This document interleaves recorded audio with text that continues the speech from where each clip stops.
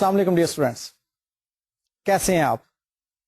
ہاں یقیناً اب آپ لوگوں کو کنسولیڈیٹڈ بیلنس شیٹ خاصی حد تک سمجھ آ چکی ہوگی، اسپیشلی جب بھی آپ کوشچن سالو کرنے بیٹھتے ہوں گے تو وہ 5 ورکنگز ضرور اپنے ذہن میں لے آتے ہوں گے جو کہ میں نے آپ کو یاد کروا دی ہوئی ہیں۔ چلیں آج ہمارے جو کوشچنز ہیں ان میں بھی ان 5 ورکنگز کا خاصا زیادہ عمل دخل ہے۔ اب میں آپ کو ریکیپ نہیں کرواتا، کوئی باتیں پچھلی جو ہیں وہ چونکہ ہمارے آج کے سینیریوز میں بھی ریپیٹ ہونی ہے تو آٹومیٹیکلی وہ ساری باتیں ریکیپ ہو جائیں گے۔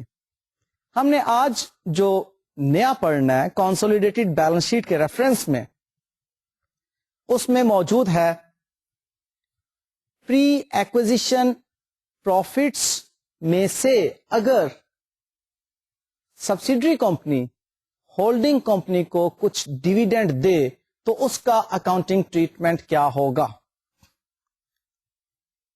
بات میں دوبارہ ریپیٹ کیے دیتا ہوں۔ ہوتا یہ ہے کہ ڈیویڈینڈ بعض اوقات سبسیڈری کمپنی جو پے کرتی ہے وہ out of the pre acquisition profits ہوتا ہے۔ اب پیرنٹ کمپنی نے جس دن انویسٹمنٹ کی تھی سبسیڈری کمپنی میں، اس دن ابھی ڈیویڈینڈ اناؤنس نہیں کیا گیا تھا یا ڈیویڈینڈ ابھی ادا نہیں کیا گیا تھا۔ اب وہ ڈیویڈینڈ جو subsidiary company out of the pre acquisition profits holding company کو دے گی تو انفیکٹ اس کے لیے ہولڈنگ کمپنی یعنی کہ پیرنٹ کمپنی پہلے سے ادا کر چکی ہوتی ہے۔ کاسٹ آف انویسٹمنٹ میں وہ اماؤنٹ پہلے سے اکاؤنٹ فار ہو چکی ہوتی ہے، لہذا اس اماؤنٹ کو اب ہم نے ایلیمینیٹ کرنے کے بعد گڈ ول کو کیلکولیٹ کرنا ہے۔ بس یہی ایک پوائنٹ ہے اس سینیریو میں۔ آئیے اس کو کوشچن سالو کر کے سیکھتے ہیں۔ ہمارے پاس جو کوشچن ہے وہ پیرنٹ کمپنی اور سبسیڈری کمپنی کی بیلنس شیٹس ہیں as on 31 December 2008۔ Fixed assets parent company کے 3500 روپیز اینڈ سبسیڈری کمپنی کے 1450 روپیز۔ انویسٹمنٹ جو ہمیں as on 31 December 2008 parent company کی بیلنس شیٹ میں نظر آ رہی ہے that is 2180 rupees. Current assets 2700 and 1250 respectively. Owners equity میں share capital 5000 rupees parent company کے اور 1000 روپیز سبسیڈری کمپنی کے، اور reserves 3380 parent company and 1700 subsidiary company. سوال کو سمپل رکھنے کے لیے اس کے اندر لائبلٹیز آپ کو نہیں بتائی گئی، ازیوم یہ کیا گیا کہ وداؤٹ لائبلٹیز یہ بیلنس شیٹ ہے۔ پیرنٹ کمپنی نے 800 نمبر آف شیئرز ایکوائر کیے تھے سبسیڈری کمپنی کے ٹوٹل 1000 نمبر آف شیئرز میں سے آن 1 January 2008، یعنی کہ ٹھیک ایک سال پہلے کی بات ہے۔ کتنے کے؟ 2500 روپیز کے۔ کاسٹ آف انویسٹمنٹ 2500 ہے۔ سبسیڈری کمپنی کی بیلنس شیٹ جو 31 December 2007 کی تھی اس میں ڈیویڈینڈ پے ایبل 400 روپیز کا تھا، یعنی کہ پچھلے سال کی بیلنس شیٹ میں current liabilities of subsidiary company میں ہمیں 400 روپیز ڈیویڈینڈ پے ایبل نظر آ رہا تھا۔ ریزروز اس ڈیٹ کو اس کے 1200 روپیز کے تھے، اور گڈ ول جو امپیئر ہو چکی ہے اس کے بارے میں بتایا ہوا ہے کہ 105 روپیز کی ہے۔ ہمیں کنسولیڈیٹڈ بیلنس شیٹ بنانے کو کہا جا رہا ہے ایز آن 31 December 2008۔ وہی 5 ورکنگز۔ سب سے پہلے percentage of holding and percentage of minority کو کیلکولیٹ کرنا۔ یہاں پر 800 نمبر آف شیئرز پرچیز کیے ہیں 1000 میں سے، لہذا 800 divided by 1000 into 100 gives us 80%، اور minority interest 100 minus 80 is equal to 20%۔ Pre acquisition اور پوسٹ ایکوزیشن کے ایلیمنٹس کا ڈسٹنکشن کچھ یوں ہے۔ Share capital 1000 pre acquisition, reserves pre acquisition 1200 بتائے ہوئے ہیں اور پوسٹ ایکوزیشن 500 ہے۔ سو ٹوٹل پری ایکوزیشن اونرز ایکویٹی ہمارے پاس آتی ہے 2200